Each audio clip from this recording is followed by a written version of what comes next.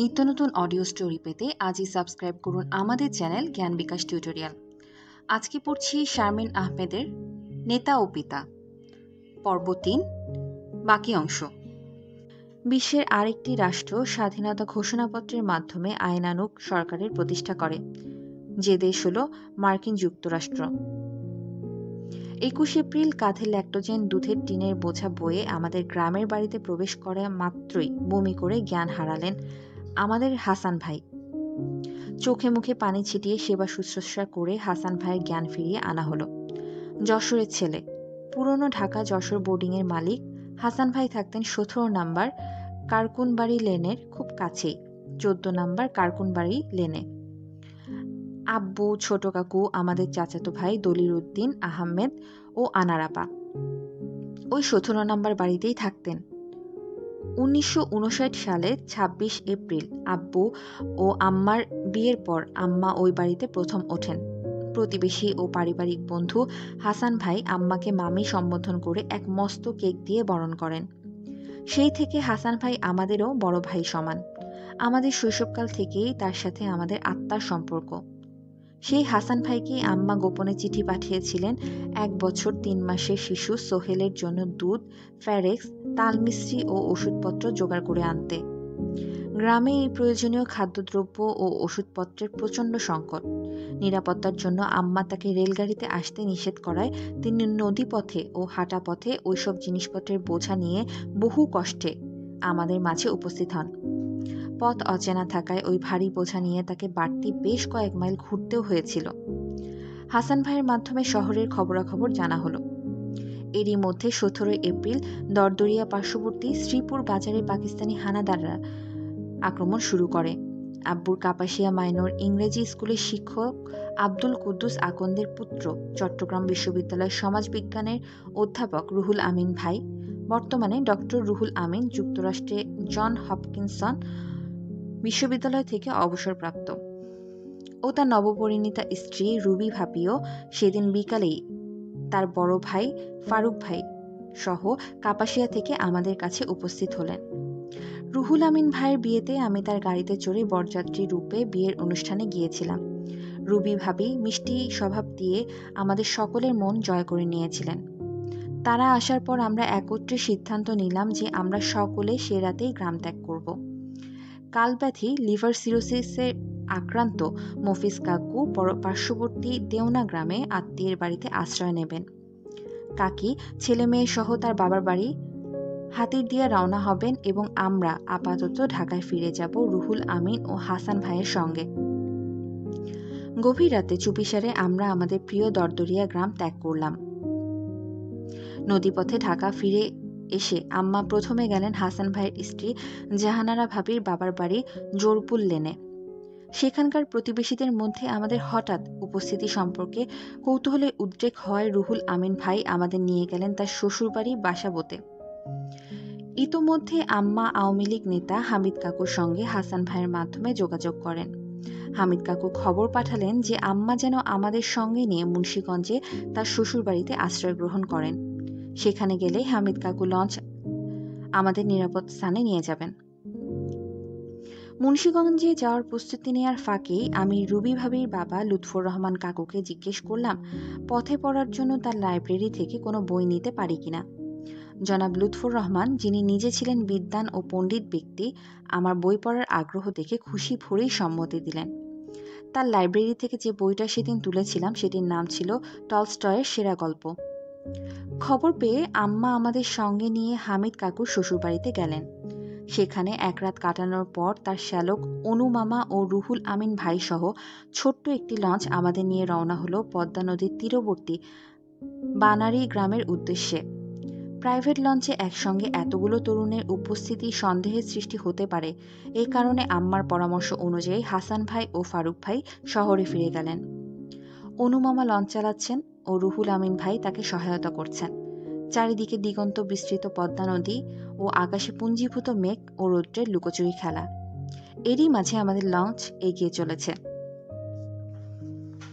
আমি ব্যাগ থেকে রাশিয়ার অমর কথাশিল্পী লিও টলস্টয়ের সেরা গল্প বইটি খুলে ডুবে গেলাম অন্য একটি জগতে। মানুষ বাঁচে কিসে? এই গল্পটির নায়ক দেবদূত মাইকেলকে পৃথিবীতে পাঠানো হয়েছিল 3টি মহাসত্যকে আবিষ্কার করার জন্য। এক অতি দরিদ্র মুচি সাইমনের গৃহে আশ্রয় নেবার প্রথম দিনেই শীতার্ত ও ক্ষুধার্ত মাইকেল আবিষ্কার করে প্রথম মহাসত্যকে।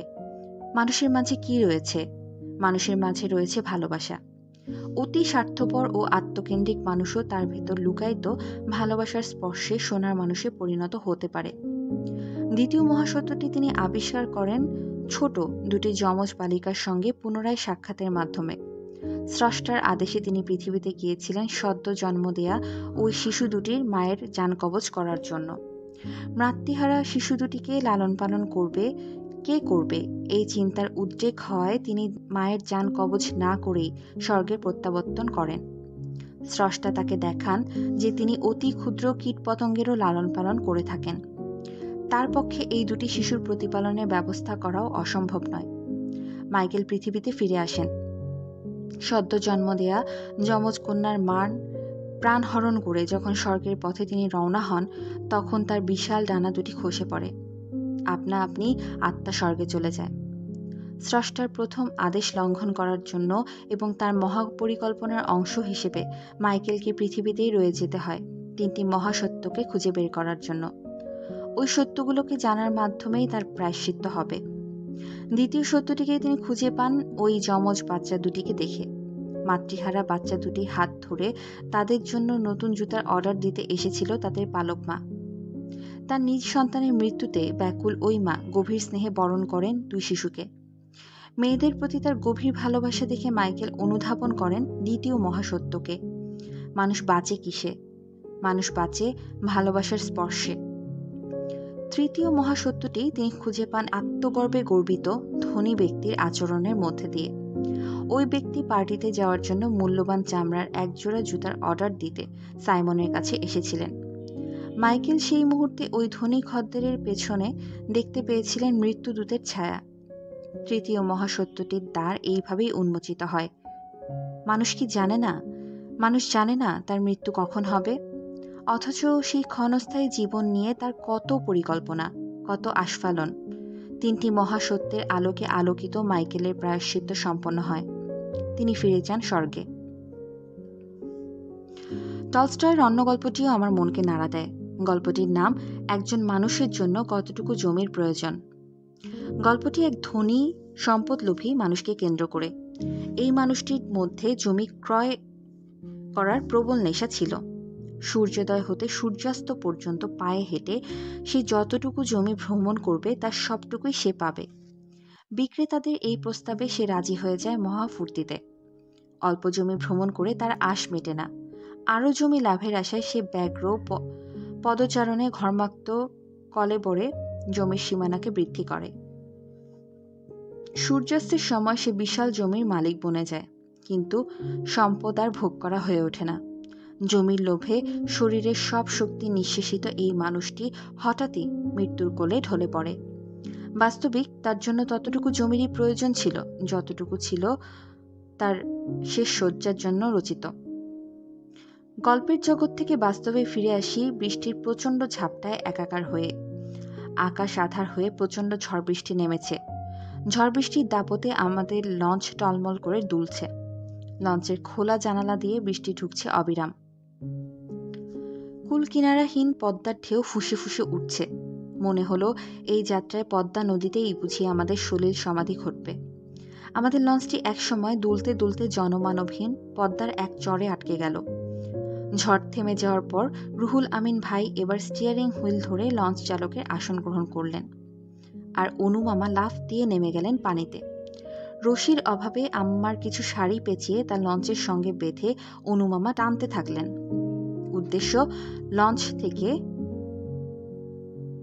উদ্দেশ্য চড়া থেকে লঞ্চকে পানিতে নামানো। আমরা সকলেই সাধ্যমতো সহায়তা করলাম লঞ্চটিকে চড়ামুক্ত করার জন্য। শেষ অবধি লঞ্চটি আবারও পানিতে ভাসল। বিজন সন্ধ্যায় আমরা উপস্থিত হলাম বানরি নামের অজানা গ্রামে। আমাদের আশ্রয়দাতা আওয়ামী লীগের সমর্থক এক অতি সজ্জন গৃহস্থ।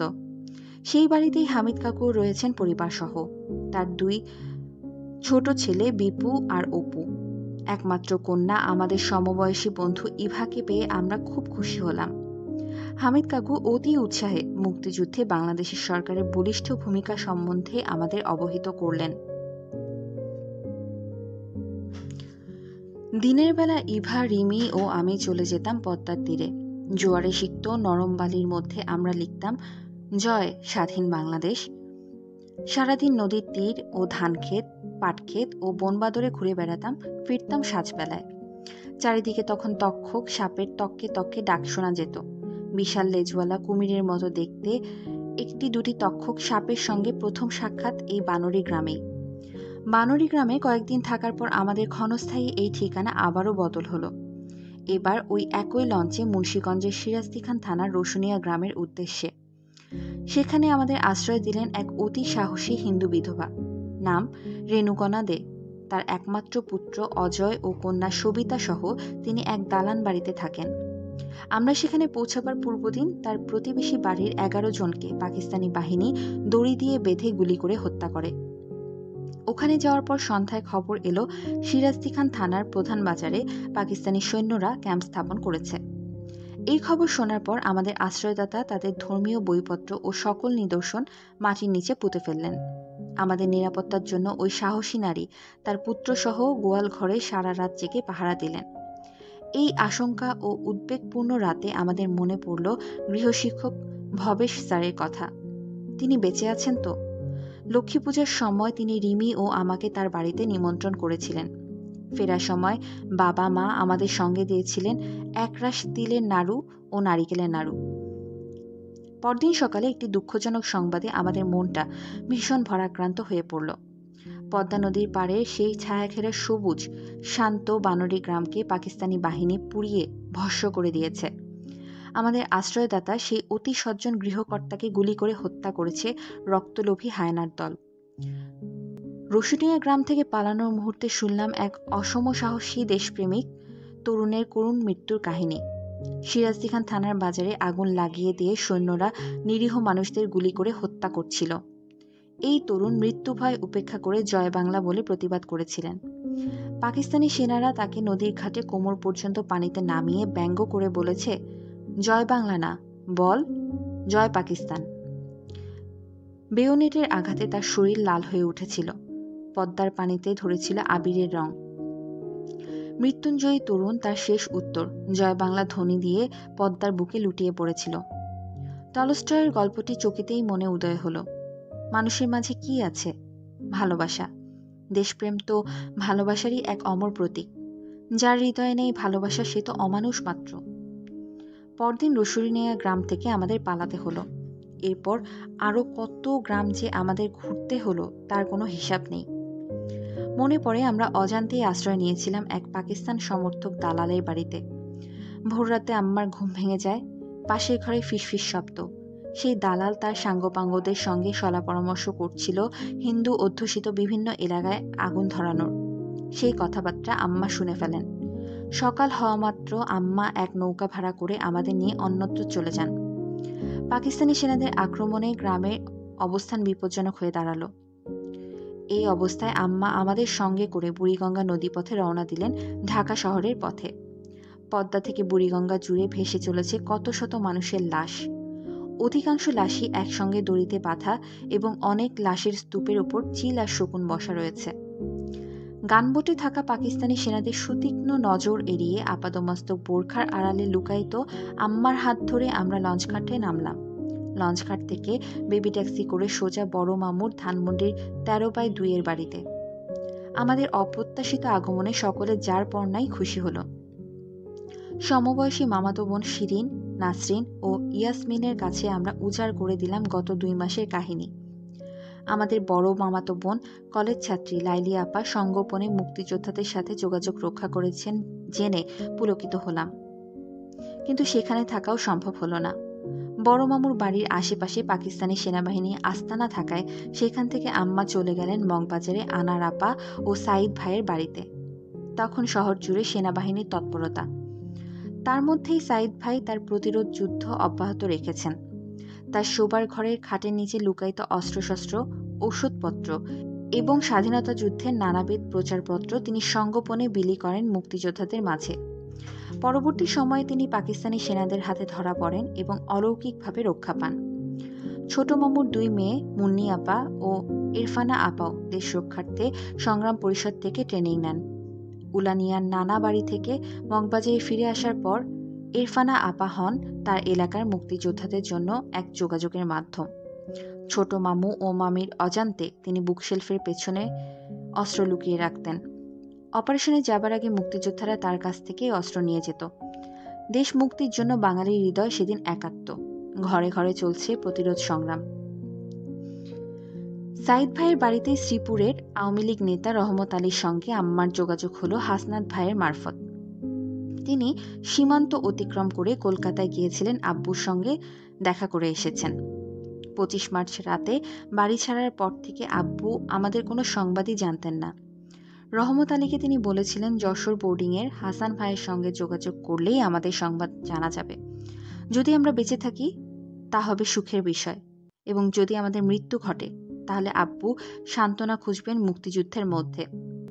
রহমত আলী ভাই আমাদের কাছে এলেন মুক্তির দূত হয়ে। 21 মে তার সঙ্গে আমরা রওনা দিলাম সীমান্তের পথে। সঙ্গে তার শ্যালক ঢাকা বিশ্ববিদ্যালয়ে বিকম অনার্সের ছাত্র রতন ভাই। 5 মাসের অন্তঃসত্ত্বা আনার আপা চোখের পানি ফেলতে ফেলতে আমাদের বিদায় দিলেন। আবার কবে দেখা হবে আমরা কেউই জানি না। রহমত আলী ভাইয়ের সঙ্গে এবার যাত্রার অভিজ্ঞতা ছিল অন্যরকম। এবারে আর খুনিপাকের মতো এই গ্রাম ও গ্রাম, এই বাড়ি ও বাড়ি আশ্রয়ের সন্ধানে ঘুরে বেড়ানো নয়। এবার আমাদের স্থির লক্ষ্য যে করেই হোক সীমান্ত পার হওয়া। রহমত আলী ভাই তার চেনা পথে আমাদের আগরতলায় নিয়ে গেলেন। পথে যেতে নানার কথা খুব মনে পড়ছিল। আমাদের ধানমন্ডির বাড়িতে পাকিস্তানি সেনাদের ক্যাম্প বসেছে, সেখানেই নানা গৃহবন্দী হিসেবে দিন যাপন করছেন। খুব ইচ্ছে করছিল এক নজর নানাকে দেখে যাই, কিন্তু মিলিটারির হাতে ধরা পড়ার আশঙ্কা পদে পদে। নানা ও আমাদের সবারই জীবনের ঝুঁকি যদি একবার আমাদের পরিচয় ফাঁস হয়ে যায়। ফার্সি দর্শন ও কাব্যের রাজ্যে আমার প্রথম প্রবেশ নানার হাত ধরে। আমার 6 বছর বয়সে তিনি আমার সামনে মেলে ধরেছিলেন শেখ সাদি, হাফিজ ও মৌলানা জালালউদ্দিন রুমির জগৎকে। যেন অতলান্তিকের গভীর হৃদয় থেকে কুড়িয়ে পেয়েছেন কোনো সমুজ্জ্বল মুক্তা। এমনই আনন্দে বিভোর হয়ে তিনি আমাকে আবৃত্তি শেখাতেন। আমার কচি কণ্ঠে সদা উচ্চারিত হতো সাদির জীবন দর্শন। কাফেলা চলে গিয়েছে, আমাদেরও যেতে হবে। 2 দিনের এই ঘরে এইটুকুই যথেষ্ট। মৃত্যুর গভীর আশঙ্কা আর সব অনিশ্চয়তায় বিলীন হয়ে যায় ওই ব্যাপক জীবন দর্শনের সান্নিধ্যে এসে। গভীর প্রত্যয় নিয়ে শুরু হয় পথ চলা 2 দিনের এই ক্ষণস্থায়ী আবাসের সন্ধানে। ড্যামরাঘাট, কাঁচপুর, বৈদ্যের বাজার হয়ে আমাদের লঞ্চ একসময় ভেড়ে এক নিটোল সুন্দর গ্রামে। কুমিল্লা জেলায় অবস্থিত এই গ্রামটির নাম রামচন্দ্রপুর। নদীর তীরবর্তী এক তরুণ ওয়্যারলেস অফিসারের গৃহে আনার আপার রান্না করা খাবার আমরা ভাগাভাগি করে খেলাম। এই তরুণ অফিসার তার ছোট্ট কেরোসিনের চুলায় বড়দের জন্য চায়ের পানি বসালেন। চা পর্ব শেষ হতেই আমরা আবারও ছুটলাম। যাত্রাপথে দেখা হলো সিরাজউদ্দিন ওরফে তেজগাঁও থানার শিলু দারোগার সঙ্গে। তিনি ছিলেন অসহযোগ আন্দোলনের এক সক্রিয় কর্মী এবং গোপনে আব্বুর কাছে নিয়ে আসতেন পাকিস্তানি প্রশাসনের ভেতরের খবর। আমাদের 2 বোনকে তিনি চিনতেন। গ্রামের আঁকাবাঁকা মেঠো পথের মধ্যে তিনি আমাদের আবিষ্কার করলেন এবং সানন্দে আমাদের গাইড গ্রুপে দুর্গম যাত্রাপথের সঙ্গী হলেন। ওই এলাকার এক আওয়ামী লীগের MN এর বাড়িতে সন্ধ্যায় আশ্রয় নিলাম, কিন্তু মাঝরাতেই আম্মার ডাকে আমাদের ঘুম ভেঙে গেল। তক্ষুনি ওই গ্রাম ছাড়তে হবে। খবর এসেছে যে মিলিটারিরা খুব শীঘ্রই আক্রমণ চালাবে। গাঢ় আধারে আমরা পথ পাড়ি দিলাম। আম্মার ভাঙা পা জোড়া লাগলেও হাঁটার ক্ষমতা বা শক্তি সেই পায়ে তখনও ফিরে আসেনি। তারপরও তিনি খুঁড়িয়ে খুঁড়িয়ে যত দ্রুত হাঁটা সম্ভব হেঁটে চললেন। হাঁটতে হাঁটতে অন্ধকারে আমার হাতে হাত রেখে বললেন, ভয় করো না, এক মনে হামিম হামিম পড়ে শরীরের চারপাশে ফু দিয়ে দাও, কারো সাধ্যি নেই ক্ষতি করার। আম্মা এত দৃঢ় প্রত্যয়ের সঙ্গে কথাগুলো বললেন, আমি নির্ভয়ে কোরআনের সেই রহস্যাবৃত শব্দটি পড়তে পড়তে সম্মুখে এগুতে থাকলাম। ওই বাড়ির 2 মুক্তিযোদ্ধা তরুণ মোস্তফা ও মোশাররফ ভাই সোহেল ও মিমিকে কাঁধে করে আমাদের নিয়ে গেলেন নদীর ঘাটে। এরপর নৌকা করে ভিন্ন এক গ্রামের বাজারে পৌঁছালাম খাবার কেনার জন্য। তখনই আমরা জানতে পারলাম যে রামচন্দ্রপুরের গ্রামটি পদ্মা তীরের বানরি গ্রামের মতোই ভস্মীভূত হয়ে গিয়েছে। আরও পরে জানতে পেরেছিলাম যে রামচন্দ্রপুর গ্রামের অতিথিপরায়ণ সেই তরুণ ওয়্যারলেস অফিসারকেও পাকিস্তানি সেনারা গুলি করে হত্যা করেছে। সীমান্ত পাড়ি দেওয়ার পথে আমাদের প্রথম বাধা ছিল CNB পুল। ওই পুলের উপর দিয়ে মিলিটারি জিপ যাতায়াত করে এবং অস্ত্রধারী সেনারা টহল দিতে থাকে। সেই পুলের নিচ দিয়েই আমাদের পার হতে হবে অতি সন্তর্পণে। কোনো কোনো কৃষক ডিঙি করে চলছে, আবার কোনো কৃষক প্রাণ হাতে করে কোমর পানিতে নেমে পুলের চারধার জুড়ে বাড়ন্ত সবুজ ধান ও পাট খেতে পরিচর্যা করছে। মাঝে মাঝে পুলের উপর থেকে এলোপাথারি গুলি চালানো হয়। তখন কৃষকেরা পানির মধ্যে মাথা গুজিয়ে লুকানোর চেষ্টা করে। আমাদের কিছু দূরেই ক্ষেতের পাশ দিয়ে বেশ কয়েকটি লাশ ভেসে থাকতে দেখলাম। এরই মধ্যে আমাদের ডিঙি ছেড়ে আমরা দুই দলে ভাগ হয়ে কোমর পানিতে নেমে পড়লাম। সামনের দলের মাঝির সঙ্গে রিমি, আমি ও রতন ভাই, আম্মা, সোহেল, মিমি সহ পেছনের দলে। একসঙ্গে সবাই যাতে মারা না যায় সেই জন্য আম্মা এই ব্যবস্থা করলেন। পুলের ঠিক নিচেই এক গর্তের মধ্যে রতন ভাই ও আমি পড়ে গেলাম। আমরা কেউই সাঁতার জানি না এবং গর্তের কারণে ওই জায়গায় পানি ছিল বেশ গভীর। ঢকঢক করে পানি গিলতে গিলতে আমরা ডুবতে লাগলাম। ক্ষণিকের মধ্যেই মনে হলো পাকিস্তানি সেনাদের হাতে নয়, এই পুলের নিচের পানির মধ্যেই আমাদের সলিল সমাধি ঘটবে। মাঝি আমাদের একটু পেছনে ছিল, সে এসে এই দুই অসাতারু শহুরকে রক্ষা করলেন। CNB পুল পার হওয়ার সময় আম্মা এক অলৌকিক দৃশ্য দেখতে পান। এক সাদা দাড়িওয়ালা ও সাদা পোশাক পরিহিত জ্যোতির্ময় বৃদ্ধ আম্মার মাথার উপর হাত রেখে অভয় দিচ্ছেন। মুহূর্তের মধ্যেই আম্মার মনের ভেতর জমে থাকা সব আশঙ্কা দূর হয়ে যায়। এই একই বৃদ্ধকে তিনি দেখেছিলেন 25 মার্চের রাতে।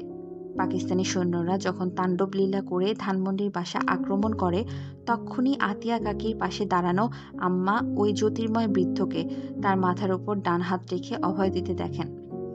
দৃশ্যটি মাত্র কয়েক সেকেন্ডের। তারপরেই আম্মা গভীর প্রত্যয়ে আতিয়া কাকিকে বলেন, ভয় নেই আতিয়া, মিলিটারিরা আমাদের ক্ষতি করতে পারবে না। জীবনের বাঁকে বাঁকে সঞ্চিত এমন অলৌকিক ঘটনার পসরা নিয়ে আমরা এগিয়ে চলি সম্মুখে। আরও কিছু গ্রাম, আরও কিছু প্রতিরোধ ও প্রতিবন্ধকতা অতিক্রম করে আমরা ধাবমান হই রেললাইনের দিকে। রেললাইনটি হলো আমাদের সর্বশেষ প্রতিবন্ধক। এই বিভীষিকাময় রেললাইনের একটু দূরেই পাকিস্তানি বাহিনীর ক্যাম্প ও সেখানে প্রচণ্ড রকমের যুদ্ধ চলছে। রেললাইনের দিকে ধাবমান রিমি ও আমি হঠাৎই বিচ্ছিন্ন হয়ে পড়লাম আমাদের দল থেকে। আমাদের সঙ্গে পোটলা পুটলি কাঁধে নিয়ে দৌড়াচ্ছে হাজার হাজার সহায় সম্বলহীন ভীত মানুষ। সন্তান সম্ভবা এক কিশোরী প্রসব যাতনায় লুটিয়ে পড়ল পথের ধারে। আর্তনাদরত সেই কিশোরীর পাশে দাঁড়ালো আরেক নারী, কোলে তার ক্রন্দনরত শিশু। তার মধ্যেও সেই সন্তান সম্ভবা কিশোরীটিকে সাহায্য করার চেষ্টা করছে। স্রোতের মতো মানুষের ধাক্কায় আমি এগিয়ে চললাম সামনের দিকে। ওই দুই নারী পিছিয়ে গেল। আমার আশেপাশে মানুষের কণ্ঠ থেকে একটি চিৎকারই বারবার শুনতে পাচ্ছিলাম, বর্ডার বর্ডার। মাথার উপরে গনগনে সূর্য, নিচে হাজারো শরণার্থী ভিড়ে আমরা ছুটছি বর্ডারের সন্ধানে, যেন বর্ডার পেরোলেই আমরা পৌঁছে যাব কোনো এক অলৌকিক শান্তির রাজ্যে। তৃষ্ণায় মিমি ও আমার গলা শুকিয়ে কাট। দৌড়াতে দৌড়াতে পা আর চলে না, মাথা ঝিমঝিম করছে। ঠিক সেই মুহূর্তে কে যেন বলল, ওই দেখা যায় বর্ডার। বিস্ময়ে বিমূঢ় হয়ে আমরা তাকালাম সবুজ ঘাসের জমিনে রাখা এক সাদা খণ্ড পাথরের দিকে। ওই পাথরখণ্ডটির ওদিকে ভারতের শুরু। আমরা তখনও বাংলাদেশের সীমানায় দাঁড়িয়ে রয়েছি হতভম্বের মতো। বর্ডার বলতে উঁচু লোহার বিশাল কোনো গেট বা দেওয়ালের ছবি আমার মনে অঙ্কিত ছিল। তার বদলে কিনা এই ছোট্ট পাথরখণ্ড। ভারত ও বাংলাদেশের সীমানার চিহ্নরূপী এই ছোট্ট পাথরখণ্ডটি অতিক্রম করলেই আমরা পৌঁছে যাব ভারতে, নিরাপদ স্থানে। অথচ মনের মধ্যে স্ফীত হওয়া একরাশ অনুভূতির জোয়ারে প্লাবিত আমার হৃদয়ের দৃষ্টিতে সীমানার ওই ক্ষুদ্র চিহ্নটিই ছিল এক অসীম প্রতিবন্ধক। প্রিয় মাতৃভূমি, আমাদের দেশ ছেড়ে যেতে হবে স্বেচ্ছায় নয়, প্রাণ রক্ষার্থে। সেই জন্যই বাংলাদেশের সীমানার শেষ প্রান্তে দাঁড়িয়ে মনে হলো আমার জীবন প্রাণ সবই যেন রেখে গেলাম বাংলাদেশের মাটিতে। রিমি আর আমি অশ্রুর প্লাবনে সিক্ত হয়ে পার হলাম সীমানা। মনে মনে বললাম, বিদায় প্রিয় বাংলাদেশ, আবার কবে দেখা হবে কে জানে। দিনটি ছিল 25 মে, বিদ্রোহী কবি কাজী নজরুল ইসলামের জন্মদিন। আগরতলা সীমান্তবর্তী এই জায়গাটির নাম বক্সনগর। এই বক্সনগরের প্রাইমারি স্কুলের সামনে এক বিশাল দিঘি থেকে রিমি, আমি আজলা ভরে পানি খেলাম। আর একটু হেঁটে দেখি পোস্ট অফিসের পাশেই একটি টিউবওয়েল। সেখানে থেকে আবারও পানি খেলাম। পিপাসা যেন মিটতেই চায় না। আরও কিছুক্ষণ হাঁটার পর দেখি আম্মা এক বিশাল কাঁঠাল গাছের নিচে বসে আমাদের জন্য অপেক্ষা করছেন। আমরা দৌড়ে আম্মা, আমেনা, মিমি ও সোহেলের সঙ্গে মিলিত হলাম। আম্মার মাথা ভর্তি জটা, ডান হাতের মুঠোয় তিনি বাংলাদেশের মাটি ধরে রেখেছেন। আমাদের সবার পরনে ছিন্ন ভিন্ন ময়লা কাপড় এবং সবাই দারুণ ক্ষুধার্ত। এক সদয় গৃহিণী আমাদের খই, গুড় ও ছাতু দিয়ে ভারতের মাটিতে আপ্যায়ন করলেন। আমাদের দলের কে একজন সহোৎসাহে বলল, আর ভয় নেই, এখন আমরা ইন্ডিয়াতে পৌঁছে গেছি। আমি আম্মার কানের কাছে মুখ নিয়ে বিস্ময় ভরা কণ্ঠে প্রশ্ন করলাম, আম্মা, ইন্ডিয়াতেও কি কাঁঠাল গাছ হয়? ভৌগোলিক অবস্থা সম্বন্ধে নিদারুণ অজ্ঞ মেয়েটির কথা শুনে আম্মা ওই অবস্থার মধ্যেও হেসে উঠলেন। ইন্ডিয়া বলতে নানা, মামা ও আম্মার মুখে কলকাতার ছাত্রাবাস, বেকার হোস্টেল, ইসলামিয়া হোস্টেল, মানুষটানা রিকশা, গড়ের মাঠ, রাইটার্স বিল্ডিং ও ভীমনাগের সন্দেশের কথা বুঝতাম। তার মধ্যে আম ও কাঁঠাল গাছের কোনো বিবরণ তো ছিল না। বিস্ময় কাটিয়ে উঠে দেখি মাটি ও প্রকৃতির কি নিবিড় মিল। অমনটি যদি মানুষের মধ্যেও পাওয়া যেত। বক্সনগরের শরণার্থী শিবিরটি আম্মা আমাদের নিয়ে ঘুরে দেখালেন। কঙ্কালসার শিশুদের দুর্দশা দেখে চোখ বেয়ে পানি আপনিই ঝরতে লাগলো। সহায় সম্বলহীন ভিটে মাটি ছাড়া মানুষদের আম্মা আশ্বাস দিলেন, তাদের দুঃখের দিন অবসানের আর দেরি নেই, দেশ হানাদার মুক্ত হবেই। আগরতলা সার্কিট হাউসে দেখা হলো নারায়ণগঞ্জ আওয়ামী লীগের MNA শামসুজ্জোহা কাকু ও তার পরিবারের সঙ্গে। তার 2 মেয়ে নিগার আপা ও নার্গিসের সঙ্গে ভাব হয়ে গেল খুব অল্প সময়ের মধ্যেই। সীমান্ত পার হওয়ার 2 দিন পর 27 মে আমরা মালবাহী কার্গো বিমানে চড়ে কলকাতার দমদম এয়ারপোর্টে পৌঁছালাম। সেখান থেকে বাংলাদেশ মিশনের হাই কমিশনার হোসেন আলী সাহেবের পার্ক সার্কাসের বাসভবন পৌঁছালাম পরন্ত বিকেলে। বাসভবনটির সঙ্গেই বাংলাদেশের মিশন। 17 এপ্রিল বাংলাদেশ সরকারের মন্ত্রিপরিষদের সদস্যদের শপথ গ্রহণের পরদিন 18 এপ্রিল কলকাতার নিযুক্ত পাকিস্তানের deputy high commissioner Hossain Ali তার মিশনের সকল কর্মচারী সহ আনুষ্ঠানিকভাবে গণপ্রজাতন্ত্রী বাংলাদেশ সরকারের প্রতি আনুগত্য ঘোষণা করেন। এর আগে 15 এপ্রিল আব্বু গোপনে হোসেন আলীর সাথে দেখা করে তাকে বাংলাদেশের পক্ষে থাকতে রাজি করান।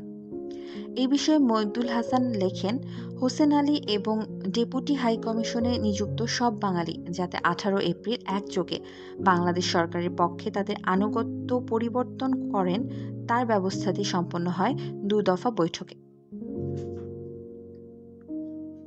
হোসেন আলী সাহেব, তার স্ত্রী, ছেলে মেয়ে আমাদের সাদরে অভ্যর্থনা জানালেন। কার্গো বিমানে করে কলকাতা পৌঁছাতে আমাদের প্রায় 9 ঘন্টা সময় লেগেছিল। সারাদিনের ভ্রমণের ধকলে ও অনাহারে বিধ্বস্ত আমরা গোসল ও খাওয়া দাওয়া সারার সঙ্গে সঙ্গে বিছানায় ঘুমিয়ে পড়লাম। কিছুক্ষণ ঘুমানোর পর ঘুম ভেঙে গেল। মনে হলো আম্মা যেন ধাক্কা দিচ্ছেন। ধর্মর করে উঠে বসলাম। এক মুহূর্তের জন্য মনে হলো মিলিটারি বোধহয় আক্রমণ করতে আসছে, এক্ষুনি পালাতে হবে। কিন্তু না, এ তো বাংলাদেশি মিশন। ভাই বোনেরা নিশ্চিন্তে ঘুমিয়ে রয়েছে। আম্মা এপাশ ওপাশ করছেন। আমি পা টিপে টিপে বারান্দায় বেরিয়ে পড়লাম। কেমন এক অস্থিরতার ঘুম আর এলো না। হোসেন আলী সাহেবের তরুণী কন্যা ও আমার সমবয়সী ছেলে জ্যাক জিজ্ঞেস করল, গান শুনবে?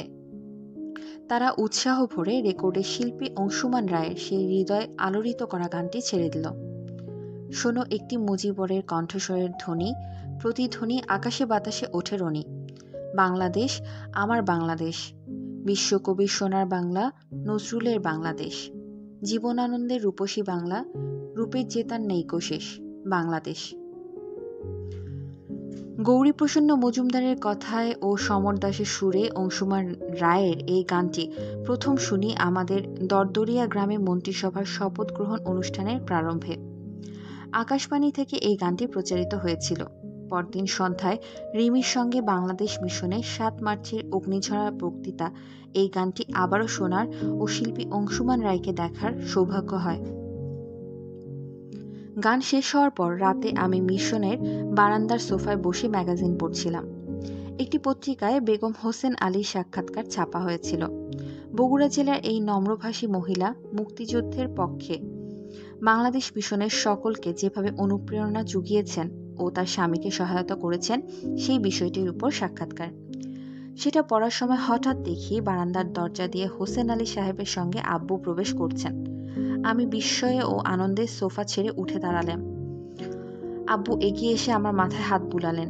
হোসেন আলী সাহেব নিজেই গেলেন আম্মুকে আব্বুর আসার সংবাদটি জানাতে। এদিকে আব্বু আমাকে নিয়ে সোফায় বসে প্রথমেই জানতে চাইলেন আমাদের কাপাসিয়া এলাকার মানুষের তৎপরতা সম্বন্ধে। আব্বুর প্রশ্নের উত্তর দিতে গিয়ে মনে হলো এক নিমেষেই আমি যেন 11 থেকে 21-এ পদার্পণ করেছি।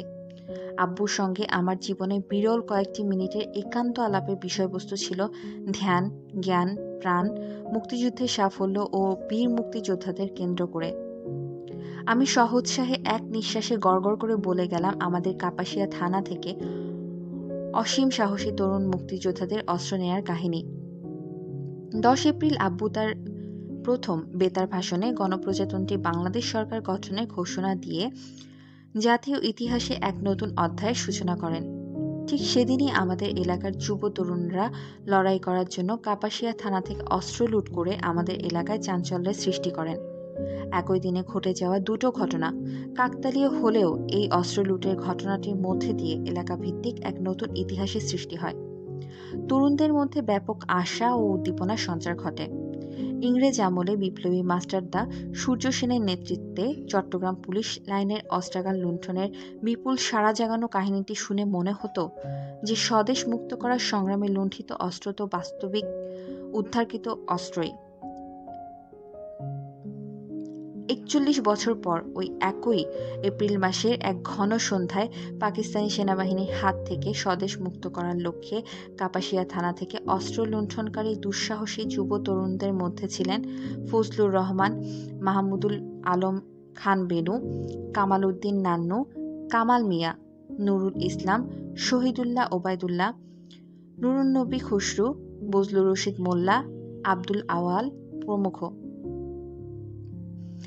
অস্ত্র লুণ্ঠন করার পর তারা শীতলক্ষা নদী পার হয়ে চরখামের স্কুলে অস্ত্র প্রশিক্ষণ ক্যাম্প স্থাপন করেন। পাকিস্তানি সেনাবাহিনীর হামলা এড়াতে তারা পরে ওই স্থান ছেড়ে উত্তর খামের ক্যাম্পটি স্থাপন করেন। কিন্তু সেখানেও বেশি দিন থাকা সম্ভবপর না হওয়ায় তারা রায়ত ইউনিয়নের কপালেশ্বর হাই স্কুলে ক্যাম্প স্থাপন করেন। এই ক্যাম্পটিতে প্রচুর মুক্তিপাগল তরুণের সমাগম ঘটে এবং এখান থেকেই MNA ফকির শাহাবুদ্দিনের নেতৃত্বে তারা উচ্চ প্রশিক্ষণের জন্য মে মাসের শেষে ভারতে গমন করেন। একই সময় আমরাও সীমান্ত পার হই। আব্বু খুব মনোযোগের সঙ্গে আমার কথা শুনছিলেন। সেদিন আমার খবরের ঝুলি থেকে শুধু 10 এপ্রিলের অস্ত্র লুণ্ঠনের কাহিনী আব্বুকে বলতে পেরেছিলাম। একটু পর লম্বা বারান্দার ওপাশের গেস্টরুম খুলে ঘরে ঢোকেন হোসেন আলী। আব্বু তখনই সোফা ছেড়ে গেস্টরুমের দরজার দিকে হাঁটা শুরু করলেন। তিনি রিমি এবং আমার মাথায় আরও হাত বুলালেন। ঘুমন্ত মিমি ও সোহেলকে এক নজর দেখলেন। তারপর আধখোলা দরজার সামনে দাঁড়িয়ে আম্মার সঙ্গে সামান্য সময় কথা বললেন।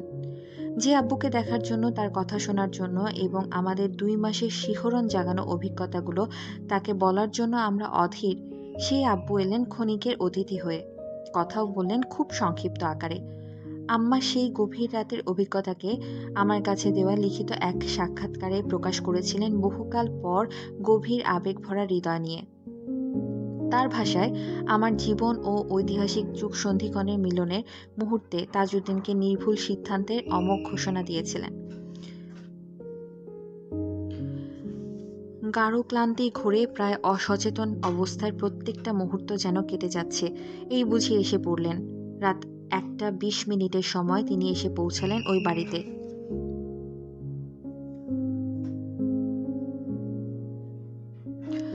দরজায় টকটক টোকা দেওয়ার শব্দে ধড়মড়িয়ে দরজা খুলতেই দেখি হোসেন আলী। উদ্বিগ্ন স্বরে তাকে জিজ্ঞেস করেছিলাম, তিনি আসেন নাই? কথা শেষ হওয়ার আগেই তিনি জবাব দিলেন, স্যার এসে গেছেন। করিডোরের ওপাশে দৃষ্টি ফেলতেই দেখি তাজউদ্দিন আমার দিকে এগিয়ে আসছেন। প্রায় 1 ফিট দূরে থাকতেই দাঁড়িয়ে গেলেন তিনি। আমি যেন হতভম্ব, অবাক দৃষ্টি নিয়ে তার মুখের দিকে তাকিয়ে আছি। তিনি থমকে গেলেন। সেই মুখে কি দেখেছিলাম অমন গভীর রাতে? ফেলে আসা 2 মাসের ভয়ঙ্কর ঘটনাবলীর যে মর্মান্তিক বর্ণনা নিজ মুখে তাকে শোনাবো বলে ছক প্রায় নিশ্চিত ভাবে সাজিয়েছিলাম মনে, বাস্তবতার অসাধারণ শক্তি দিয়ে নিমেষে তা যেন আড়াল করে দিল। যাকে ছোঁয়া যায় না সে যে তখন মানুষ রূপের এক অসাধারণ মহামানব। দুজনের দৃষ্টি বিনিময়ের সময়কালটা ছিল 10 থেকে 15 সেকেন্ড। অতি দ্রুত আর একটু কাছে সরে এসে বললেন, শোনো, আমি 6 থেকে 7 মিনিট সময় হাতে নিয়ে এসেছি। এখন আমাদের মুক্তিযুদ্ধ চলছে। আমরা এক্সাইলে বা নির্বাসনে সরকার গঠন করেছি। আমি এবং ক্যাবিনেটের অন্য 4 জন মন্ত্রী শপথ গ্রহণ করেছি যে দেশ পাকিস্তানি সেনা মুক্ত করে সার্বভৌম দেশ প্রতিষ্ঠা না করা পর্যন্ত আমরা কেউ ফ্যামিলির সঙ্গে থাকব না। আর একটা কথা, কালকেই এখান থেকে তোমাদের জন্য অন্য বাড়িতে তোমাদেরকে সরিয়ে ফেলা হবে, কারণ এটা অফিসারের বাসা। বলেই তিনি ঘড়ির দিকে দেখলেন। এই সময়কালটা ছিল 5 থেকে 6 মিনিট। সেই মুহূর্তগুলোতে এমন গৌরবমণ্ডিত ঐতিহাসিক সিদ্ধান্তকে আমি প্রাণ ভরে অভিনন্দন জানিয়েছিলাম। প্রত্যুত্তরের মাধ্যমে নয়, দারুণ শিহরণ জাগানো ঐক্যমত পোষণ করেছিলাম উদ্ভাসিত গভীর দৃষ্টি বিনিময়ের মাধ্যমে। তিনি বুঝেছিলেন। তারপর তিনি চলে গেলেন। সেই সময়কার ওই মহান সিদ্ধান্ত 1000 বছরের যেন এক অমূল্য উপাদান। চলন্ত জীবনের কত ঐতিহাসিক ঘটনার উত্থান পতনের সঙ্গে বারংবার তাকে নতুনভাবে আবিষ্কার করেছি, ক্ষুদ্র থেকে বৃহত্তর পরিসরে। এ যে কত বড় অমূল্য সাধনার প্রাপ্তি।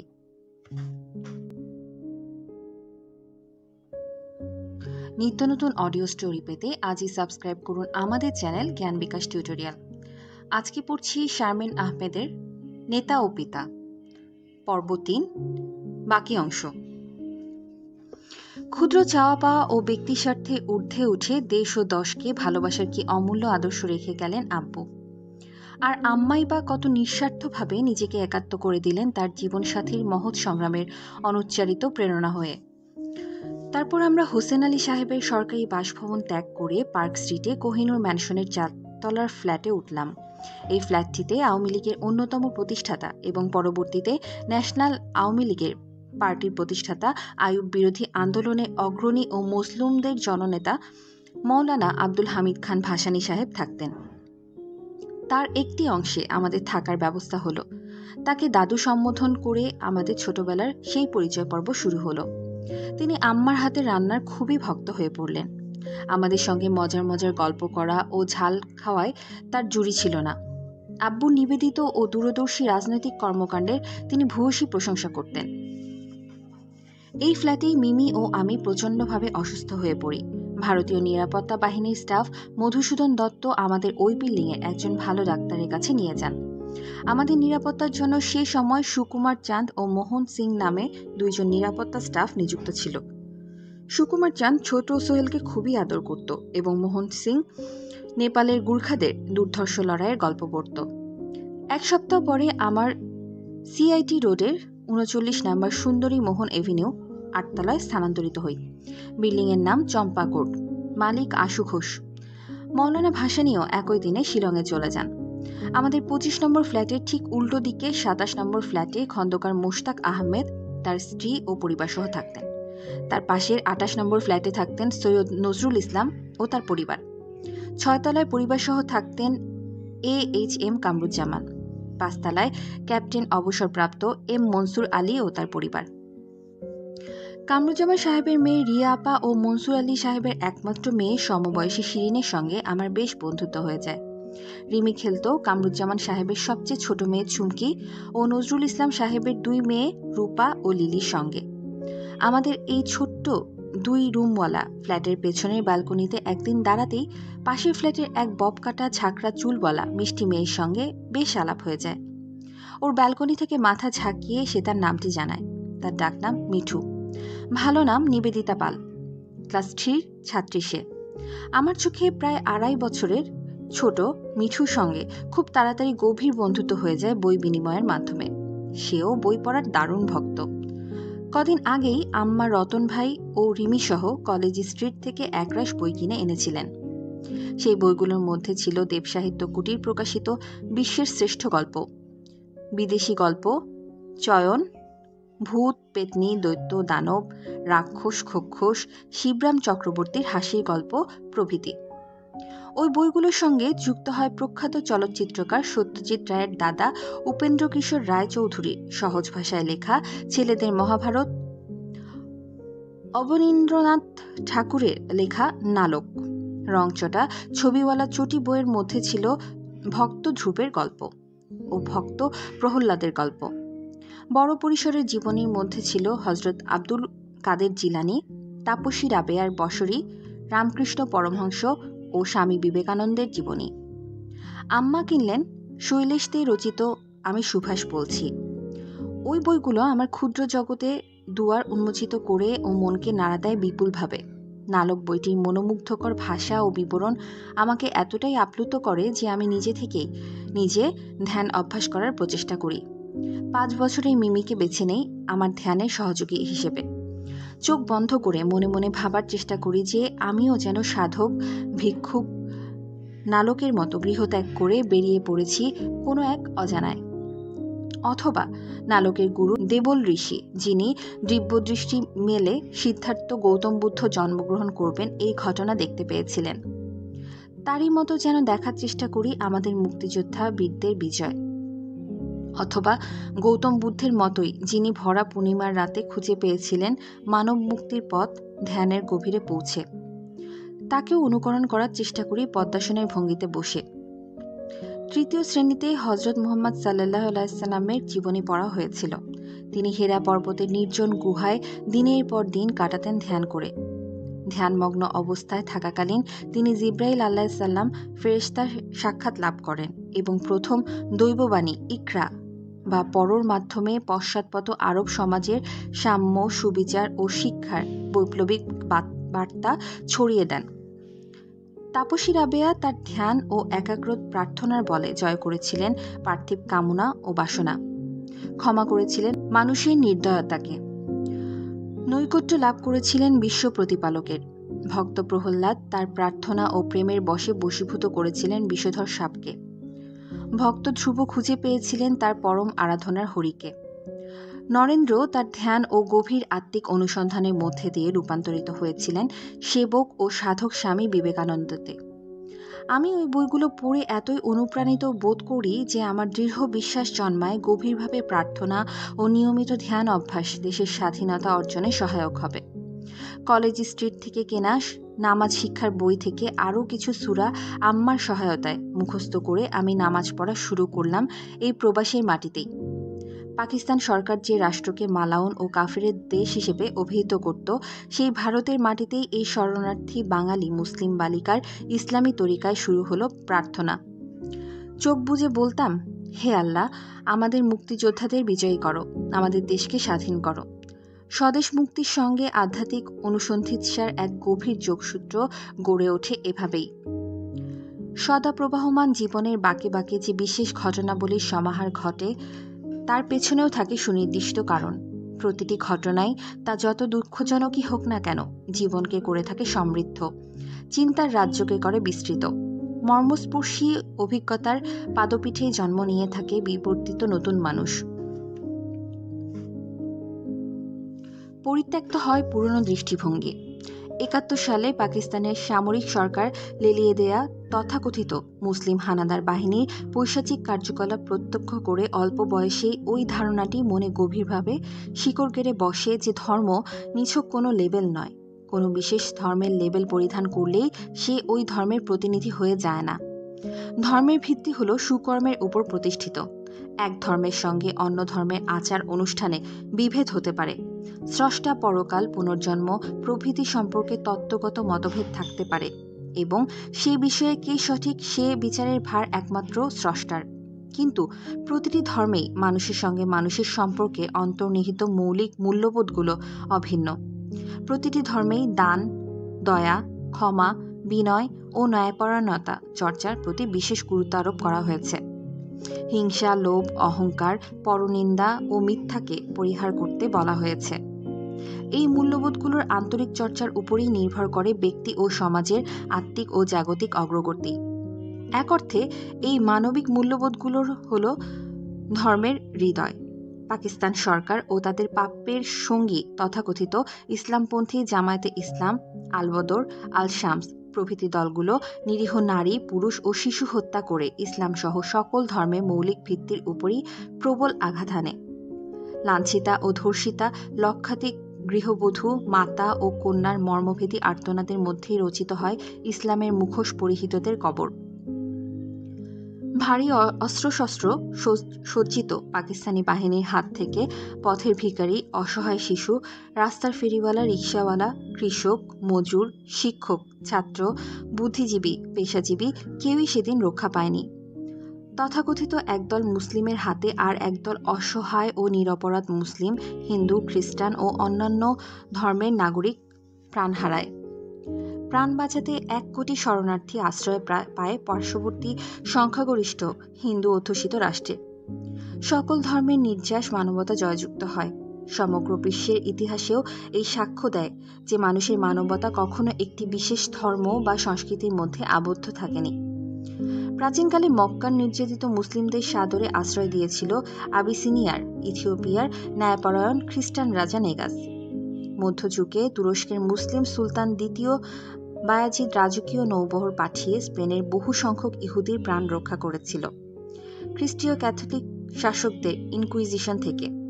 20 শতাব্দীর প্রথমার্ধে তুর্কি সরকারের গণহত্যা থেকে প্রাণ রক্ষার জন্য বহু আর্মেনীয় খ্রিস্টান আশ্রয় পেয়েছিল মুসলিম সংখ্যাগরিষ্ঠ রাষ্ট্র মিশর ও সিরিয়ায়।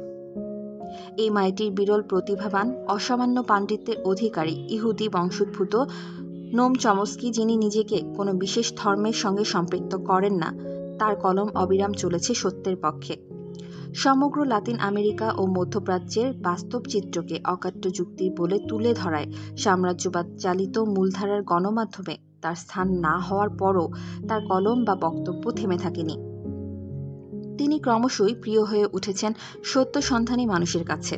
এই ধরনের বরেণ্য ব্যক্তিদের কার্যকলাপ প্রমাণ করে যে এই পৃথিবীতে জ্ঞানের সাধনা জাতি, ধর্ম, বর্ণ নির্বিশেষে ন্যায়ের পক্ষে সংগ্রাম ও মমতার উষ্ণতায় আত্মচরিত গড়ার প্রচেষ্টাই হতে পারে স্রষ্টার অন্যতম আরাধনা। এভাবেই আমার জীবনে 1971 উদয় হয় মহাশিক্ষক রূপে।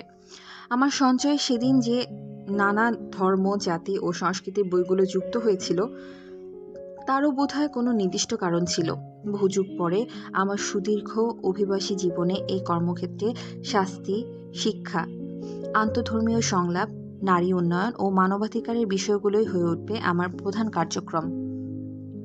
আমাদের পাশের ফ্ল্যাটের প্রতিবেশী মিঠুর বাবা প্রশান্ত কুমার পাল, মা রাধা পাল, ছোট বোন সোমা ও দাদু আশুতোষ পাল নিয়ে তাদের ছিমছাম সংসার। সমবয়সী সোমার সঙ্গে মিমির বেশ ভাব হয়ে যায়। মিঠু হয় রিমি ও আমার বন্ধু। রাধা মাসিমার বাড়ি বিক্রমপুরের ভাগ্যকুলে। তিনি তার দেশের মানুষদের সঙ্গে বিক্রমপুরের আঞ্চলিক ভাষাতেই কথা বলতেন। বাংলাদেশের মুক্তিযুদ্ধের প্রতি তাদের গভীর সমর্থন ও আমাদের প্রতি তাদের আন্তরিকতা ও সহমর্মিতার ফলে আমরা প্রায় একই পরিবারের মতো হয়ে যাই। সোহেলের জন্য মিঠুর বাবা মেসোমশাই প্রতিদিনই তাজা সন্দেশ নিয়ে আসতেন। যেদিনই আমি একটা নতুন বই পড়ে শেষ করতাম, দৌড়ে চলে যেতাম দাদুর কাছে সেই বই সম্বন্ধে আলোচনা করতে। দাদুর মধ্যে দিয়ে নানার অভাব যেন অনেকটা পূরণ করতে পারতাম। ছেলেদের মহাভারত বইটি ছিল বড় আকারের। বইটি আমি দিনরাত পড়ে তাড়াতাড়ি শেষ করে ফেললাম। পুরো বইটি সত্যিই শেষ করেছি কিনা তা পরীক্ষা করার জন্য দাদু মহাভারতের মাঝখান থেকে একটি অপেক্ষাকৃত ক্ষুদ্র চরিত্রকে বের করে তার নাম জানতে চাইলেন। বলতো, ঘটোৎকচের মায়ের নাম কি? আমি সঙ্গে সঙ্গেই উত্তর দিলাম, হিড়িম্বা। দাদু খুব খুশি হয়ে আশীর্বাদ করলেন। বই পড়া ছাড়াও আমাদের সেই দিনগুলোর প্রধান আকর্ষণ ছিল স্বাধীন বাংলা বেতার কেন্দ্রের অনুষ্ঠান। M.R. আক্তার মুকুলের কণ্ঠে তার রচিত ব্যঙ্গাত্মক খবর চরমপত্র শোনার জন্য আমরা অধীর আগ্রহে অপেক্ষা করতাম। ভীষণ মজার মজার শব্দ ব্যবহার করে তিনি মুক্তিযোদ্ধাদের হাতে ইয়াহিয়া সরকারের ত্রাহি ত্রাহি অবস্থার চিত্র তুলে ধরতেন। প্রিয় দেশাত্মবোধক গানগুলোর মধ্যে ছিল পূর্ব দিগন্তে সূর্য উঠেছে কোরাস, এক সাগর রক্তের বিনিময়ে বাংলার স্বাধীনতা আনলো যারা, শিল্পী স্বপ্না রায়, একটি ফুলকে বাঁচাবো বলে যুদ্ধ করি, কণ্ঠ ও সুর শিল্পী আপেল মাহমুদ, তীরহারা এই ঢেউয়ের সাগর পাড়ি দেব রে, আপেল মাহমুদ কোরাস, সোনায় মোড়ানো বাংলা মোদের শ্মশান করেছে কে, শিল্পী মুকসুদ আলী শাই, কলকাতার বরেণ্য গীতিকার গোবিন্দ হালদার প্রথম 3টি গান রচনা করেন। প্রথম 2টি গানে সুরারোপ করেন বাংলাদেশের নন্দিত সুরকার সমর দাস। নানাবিধ প্রতিকূলতা ও সীমাবদ্ধতার মধ্যেও স্বাধীন বাংলা বেতার কেন্দ্রের অনুষ্ঠান মুক্তিযুদ্ধের প্রাণশক্তিতে পরিণত হয় ওই বেতার কেন্দ্রের সঙ্গে জড়িত অসংখ্য নিবেদিত প্রাণ শিল্পী ও কর্মী ও পরিচালকের কারণে। গণপ্রজাতন্ত্রী বাংলাদেশ সরকারের তথ্য ও বেতার মন্ত্রণালয়ের নিয়ন্ত্রণে পরিচালিত স্বাধীন বাংলা বেতারের অনুষ্ঠানে প্রতিফলিত হতো প্রথম বাংলাদেশ সরকারের চিন্তাধারা। একটি স্বাধীন, সার্বভৌম, গণতান্ত্রিক ও ধর্মনিরপেক্ষ রাষ্ট্রের সংজ্ঞা কী হতে পারে তা নিপুণভাবে উপস্থাপিত হতো আকর্ষণীয় এবং শিক্ষণীয় অনুষ্ঠান সূচির মধ্যে দিয়ে। স্বাধীন বাংলা বেতার কেন্দ্র ২৬ মার্চ থেকে বেলাল আহমেদ, আবুল কাশেম, সন্দীপ প্রমুখের উদ্যোগে অনিয়মিতভাবে প্রচারিত হয়ে আসছিল। বাংলাদেশ সরকার গঠিত হওয়ার পর বিদ্রোহী কবি কাজী নজরুল ইসলামের জন্মবার্ষিকীর দিনে ২৫ মে স্বাধীন বাংলা বেতার কেন্দ্রের ২য় পর্বের অনুষ্ঠান অনুষ্ঠিত হয় বালিগঞ্জ সার্কুলার রোডে অবস্থিত তার নিজস্ব ভবনে, অপেক্ষাকৃত শক্তিশালী ট্রান্সমিটার ও আনুষঙ্গিক অবকাঠামো সহ। প্রবাসে স্বাধীন বাংলা বেতার কেন্দ্র প্রতিষ্ঠার উদ্যোক্তা ছিলেন আব্বু। টাঙ্গাইলের তৎকালীন MNA বর্তমান আওয়ামী লীগের প্রেসিডিয়াম সদস্য আব্দুল মান্নান বেতার কেন্দ্র প্রতিষ্ঠার জন্য একটি বৈঠক ডাকেন প্রধানমন্ত্রীর পরামর্শে। পাকিস্তান সরকার সমানে তখন প্রচার করে চলেছে যে মুক্তিযুদ্ধের সঙ্গে জড়িত সকলেই দেশদ্রোহী, ধর্মদ্রোহী, কাফের, হিন্দু প্রভৃতি। বাঙালি মুসলিমদের সংগ্রাম যে পাকিস্তান সরকারের শোষণ ও বঞ্চনার বিরুদ্ধে এবং ইসলামের বিরুদ্ধে নয়, তার প্রমাণ হিসেবে স্বাধীন বাংলা বেতার কেন্দ্র থেকে সর্বপ্রথম নিয়মিত কোরআন তেলাওয়াত ও তার অনুবাদ প্রচারিত হয় আব্বুর পরামর্শে। ধর্মনিরপেক্ষতার অর্থ যে ধর্মহীনতা নয় এবং স্বাধীন বাংলাদেশ রাষ্ট্রে সকল ধর্মের প্রতি সমান আচরণ ও শ্রদ্ধা জ্ঞাপন করা হবে, তার সহজ নিদর্শনকে জনগণের কাছে তুলে ধরা হয় কুরআন, গীতা, ত্রিপিটক ও বাইবেল পাঠ স্বাধীন বাংলা বেতার কেন্দ্র থেকে সম্প্রচারিত করে।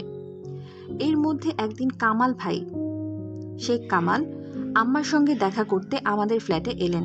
তিনি তাদের ধানমন্ডির বাড়ি থেকে পালিয়ে মুক্তিবাহিনীতে যোগদান করেছেন।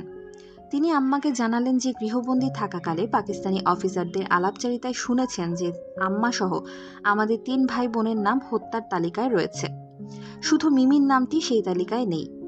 সেনাবাহিনী আমাদের পরিবারের সদস্য সংখ্যা সম্বন্ধে ভুল তথ্য পেয়ে থাকলেও এটাই সুস্পষ্ট হয়ে ওঠে যে আব্বু ও তার পরিবারকে হত্যার মধ্যে দিয়ে তারা স্বাধীনতা যুদ্ধকেই বিনষ্ট করতে চেয়েছিল।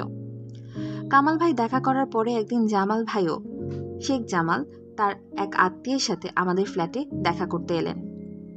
কিশোর জামাল ভাই পালিয়েছিলেন কামাল ভাইয়ের আরও পরে।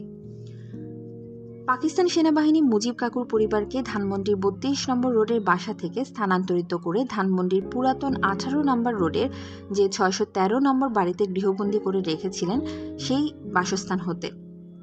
আব্বুর মিলিটারি কর্মকর্তা মেজর নুরুল ইসলাম শিশুর স্ত্রীও আম্মুর সঙ্গে দেখা করতে এলেন তার ফুটফুটে 2 শিশুকন্যাকে সঙ্গে নিয়ে। পাকিস্তানি সেনাবাহিনী তাকে আটকে রেখেছিলেন। তিনি কৌশলে মুক্তিযোদ্ধাদের সহায়তায় পাকিস্তানি সেনাবাহিনীকে ফাঁকি দিয়ে পালিয়ে ভারতে চলে আসেন। মুর্শিদ খালু, নূরজাহান খালা ও তাদের 2 মেয়ে রুমা আপা ও নাইনু আপা প্রায়ই আম্মার কাছে আসতেন যুদ্ধের বিভিন্ন খবরাখবর নিয়ে। নাইনু আপা স্বাধীন বাংলা শিল্পী দলের সদস্য ছিলেন। তারা দেশাত্মবোধক গান গেয়ে মুক্তিযোদ্ধা ও জনগণকে অনুপ্রাণিত করতেন। নাইনু আপাকে মনে হতো তিনি কত সৌভাগ্যবান, তিনি বাংলাদেশে ফিরে যেতে পারছেন। তার সাহসিকতায় আমরা মুগ্ধ হতাম।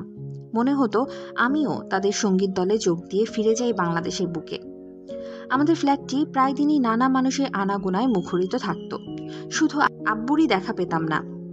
ভারপ্রাপ্ত রাষ্ট্রপতি ও মন্ত্রিপরিষদের অন্য সদস্যদের পক্ষে তাদের প্রতিজ্ঞা পালন সম্ভবপর না হলেও আব্বু তার প্রতিজ্ঞা অক্ষরে অক্ষরে পালন করেছিলেন। দেশ মুক্ত না হওয়া পর্যন্ত তিনি পারিবারিক জীবনযাপন করেননি। তিনি বলতেন, যুদ্ধরত অবস্থায় যোদ্ধারা যদি পরিবারবিহীন অবস্থায় থাকতে পারে, আমি সরকারের প্রধানমন্ত্রী হিসেবে তা পারব না কেন? আব্বু মাঝে মাঝে আমাদের 8 তলায় আসতেন এবং সোজা চলে যেতেন সৈয়দ নজরুল ইসলামের ফ্ল্যাটে, তার সঙ্গে মিটিং করতেন। একবার আব্বুর সঙ্গে হঠাৎ দেখা হয়ে গেল আমাদের 8 তলার এলিভেটরের সামনে। তিনি সৈয়দ নজরুল ইসলামের সঙ্গে নিবিষ্ট মনে আলাপ করতে করতে এলিভেটরের দিকে এগোলেন। আমি ও রিমি তখন অধীর আগ্রহে কাছাকাছি দাঁড়ানো। তিনি আনমনে আমাদের দিকে একটুখানি হাত নেড়ে এলিভেটরে উঠলেন। ঘটাং ঘটাং শব্দ করে লোহার শিকলওয়ালা পুরনো আমলের এলিভেটর নিচে নেমে গেল। উত্তরবঙ্গ থেকে আগত একদল মুক্তিযোদ্ধার খাবার পরিবেশনের সময় তাদের একজন মারফত আম্মা একদিন জানলেন যে আব্বু অসুস্থ। আমরা আগাম খবর না দিয়ে ট্যাক্সি করে পরদিনই রওনা হলাম ৮ নম্বর থিয়েটার রোডের উদ্দেশ্যে, সাথে অধ্যাপিকা বদরুন্নেসা আহমেদ ও রতন ভাই। দৈবক্রমে সেই দিনটি ছিল ১৯ আগস্ট, আমার ছোট বোন রিমির জন্মদিন। ৮ নম্বর থিয়েটার রোডে স্বাধীন বাংলাদেশ সরকারের মূল কার্যালয়, স্বাধীন বাংলাদেশের রাজধানী মুজিবনগর, মুক্তিযুদ্ধের প্রাণকেন্দ্র। বিশাল গাছের আড়ালে ঢাকা পুরনো আমলের ভবনটিতে আমরা প্রবেশ করলাম প্রবল উৎসুক ভরা হৃদয়ে। সেখানে জানা অজানা বহু মানুষের ভিড়। আম্মার সঙ্গে বারান্দা, হলঘর ও করিডোর অতিক্রম করে আব্বুর ঘরটিতে উকি দিয়ে দেখি তিনি ঘরে নেই। ঘরটি একাধারে আব্বুর অফিস, শয়নকক্ষ ও খাবার ঘর হিসেবে ব্যবহৃত হতো। ঘরের মধ্যে নামমাত্র আসবাবপত্র।